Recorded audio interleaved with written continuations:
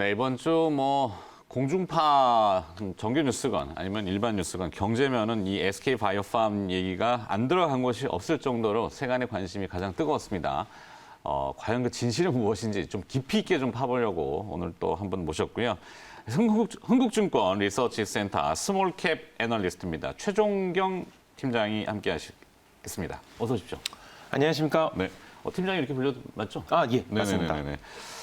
자, 우선 2020년도 신규 상장 시장 동향과 전망 이 타이틀을 먼저 개요를 듣고 풀어가 볼까요? 예, 올해 IPO 시장은 연초에 예상했던 기업 수로는 70개, 그리고 공모 규모는 5조 원대를 기록할 것이라고 예상하고 있었습니다. 네. 다들 기억하시는 것처럼 지난 3월에서 5월 코로나19 사태의 영향이 IPO 시장에도 직격으로 영향을 미치면서요.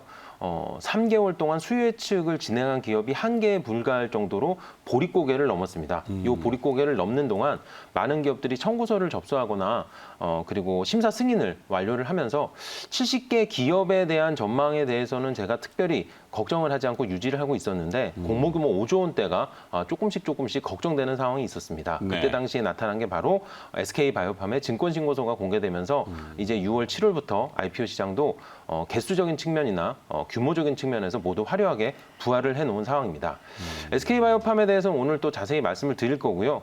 SK바이오팜의 수요 예측과 청약이 모두 끝났기 때문에 네. 이후의 스케줄에 대해서 전체적인 시장을 좀 말씀드리면은 일단 SK바이오팜 이후에 최근에 빅히트 엔터테인먼트가 5월 말에 청구서를 접수했고요. 그리고 카카오 게임즈가 6월 중순에 청구서를 접수했습니다.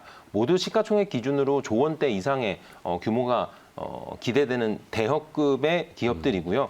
그다음에 시가총액 5천억 전후의 기업으로는 코스피의 프레스티지 바이오파마 솔루앱, 그리고 코스닥에서는 와이팜, 그리고 3천억에서 4천억 사이에 네이처홀딩스 등 이렇게 중형급의 기업들까지 지금 향후에 계속 일정이 포진되어 있습니다.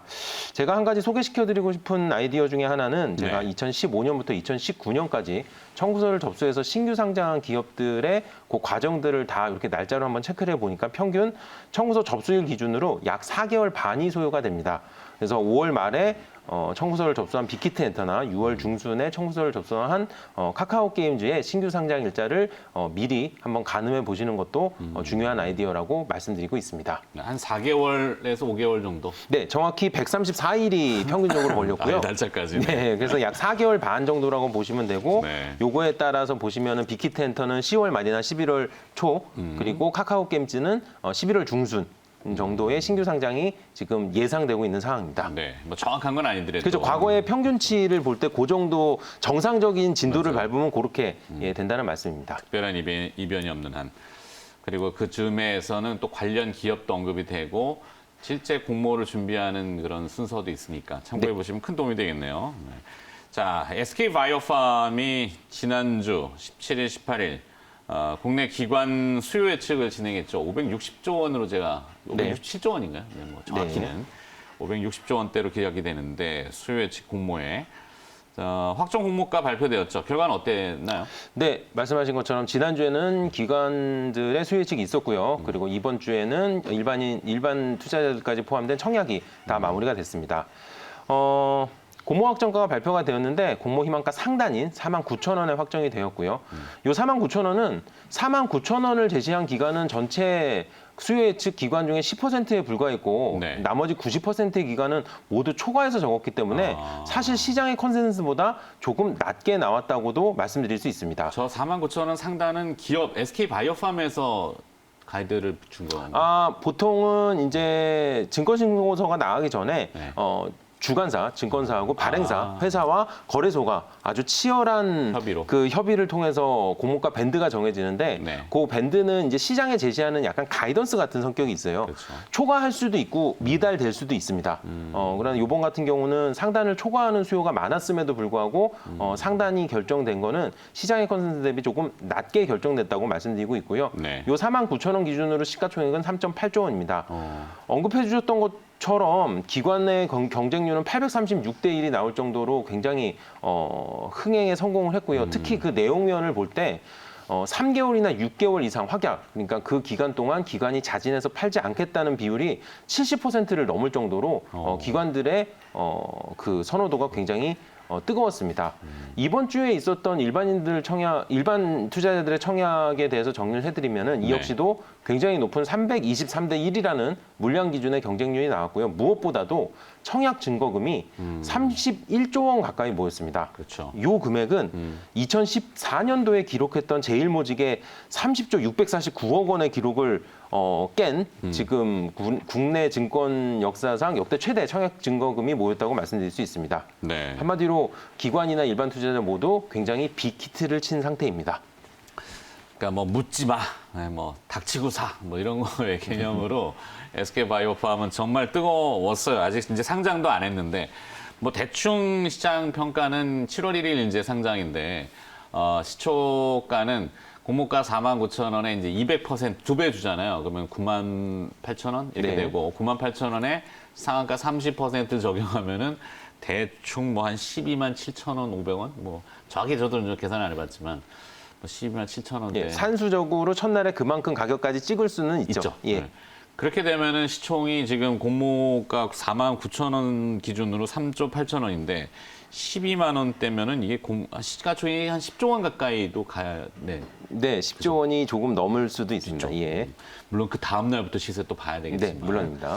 자, 이 SK바이오팜이라는 회사는 도대체 어떤 회사길래 이렇게 뜨거운 관심을 받을까요? SK바이오팜은 회사 명에 있는 것처럼 SK그룹의 자회사 계열사입니다. 1993년에 SK그룹의 라이프사이언스 사업 부분에서 신약 연구 개발을 위해서 회사가 분할되어서 2011년에 분할되었죠. 그래서 지금까지 중추신경계 질환에 집중해서 회사가 연구 개발을 진행해 오고 있습니다. 네. 시장이 SK바이오팜이 상장하기 전부터 이렇게 열광하고 있는 이유는 세 가지 정도를 제가 말씀드리고 있는데요.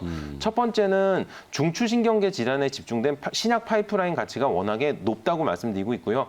두 번째는 상대적으로 적은 유통 주식수 때문에 상장 이후에 주가 상승이 기대되는 점이 있고요. 세 번째는 향후 코스피 200 지수 편입 가능성을 말씀드리고 있습니다. 자, 세 가지를 말씀해 주셨는데 그럼 하나씩 좀 살펴볼까요? 파이프라인의 시장 가치, 경쟁력 이거부터 좀 가보죠. 제가 말씀드리는 파이프라인의 경쟁력이 있어서 먼저 전제 조건을 말씀드리고 싶은 부분은 우리나라에서 신약 개발을 전문적으로 하는 회사들의 파이프라인 가치는 다 훌륭합니다. 네. 근데 그런 속에서 SK바이오팜이 조금 더 특별하게 시장에 다가오는 이유는 이 중추신경계 쪽의 시장이 워낙 큰데다가 그 파이프라인 9개 중에 이미 2개를 미국 FDA 신약 승인을 마치고 시장에 시판해 놓은 상태로 상장하는 것이 가장 큰 특징이라고 말씀드릴 수 있습니다. 네. 다들 아시는 것처럼 일반적으로 신약 개발하는 회사들은 이런 약을 개발하고 있는데 향후에 우리가 개발을 마칠 겁니다라는 시점에 상장을 하게 되는데 SK바이오팜은 두 가지 세노바메이트와 솔리안페톨 두 가지 약품에 대해 이미 미국의 신약 승인을 끝냈다고 말씀드릴 수 있고요. 네. 또 한 가지 특징은 사실 우리나라 역사적으로 미국 FDA의 승인을 받은 신약은 SK바이오팜이 최초가 아닙니다. 과거에도 그렇죠. 있었고요. 과거에도 있었죠. 다만 SK바이오팜이 업계 최초의 타이틀을 붙은 거는 이 두 개의 신약 중에 특히 죄송합니다. 두 개의 신약 중에 세노바메이트 같은 경우는 신약 개발의 그 물질 탐색부터 신약 개발의 모든 과정, 임상 및 신약 허가를 위한 행정 처리 및 절차까지 모두 스스로 0부터 100까지 모든 진도를 뽑아낸 국내 최초의 제약사라는 타이틀이 더 높게 평가되고 있습니다. 아, 상징성이 굉장히 강하군요. 네. 보통은 이제 뭐 임상 디자인은 해외사, 판매사 뭐 이런 거 다 조합을 이제 해외 막 빅파마들하고도 좀 많이 하는데 네. 물론 판매와 그 숫자에 대해서는 좀 논란이 아니라 이제 퀘션이 좀 있긴 약간 있어요. 그죠? 그 마켓이 얼마나 크냐. 근데 그건 나중에 좀 봐야 될 것 같고. 두 번째 이 SK바이오팜을 좀 독특하게 보시는 건 상대적으로 적은 유통 주식수라고 하셨어요. 이건 또 무슨 얘기죠? 네, 일반적으로 대기업의 계열사들이 상장할 때 나타나는 현상인데요. 대기업의 계열사들은 비상장 시절에 신약 개발에 투자를 하거나 성장에 투자를 할 때 외부의 투자를 받지 않고 그룹사에서 지분율을 계속 유지하고 있기 때문에 상장 이후에도 굉장히 높은 지분율을 지주사가 가져가게 됩니다. 네. 그래서 SK바이오팜 같은 경우는 상장 이후에 주식회사 SK가 75%의 지분율을 가져가고요. 우리 사주가 사전 배정돼서 5%, 즉 80%의 물량은 시장에 나오지 않는 물량이고요. 일단 잠겨 있는 거네요. 게다가 이번에 공모로 받아간 물량들이 시장에서 풀릴 수가 있는데 네. 그 15%는 아까 말씀드렸던 기관들이 이미 라고. 3개월 이상의 확약을 걸어놓은 상태라 이것도 시장에 나오지 않습니다. 네. 결국 첫날부터 나올 수 있는 물량은 전체 물량의 5%에 불과하기 때문에 산술적으로는. 큰 거래량 없이 주가가 오를 수 있는 그런 환경이 저는 갖춰졌다고 보고 있습니다. 5%. 야. 그러면 이 코스피 200 지수 특례 편입 가능성 이런 것도 지금 얘기가 되는데 있습니까? 코스피 200 지수에 들어가기 위해서는 두 가지 조건이 만족돼야 됩니다. 시장의 대표성과 산업의 대표성인데요. 시장의 대표성은 쉽게 말해서 시가총액입니다. 지금 현재 당장 공모 확정가 기준으로도 4조 원 가까운 시가총액은 코스피 네. 200 지수에 들어가는데 전혀 부족함이 없다고 보고 있고요. 말씀드렸듯이 신약 개발 미국 FDA 승인을 0부터 100까지 모든 진도를 스스로 뽑은 SK바이오팜의 산업 대표성 역시 충분하다고 보고 있습니다.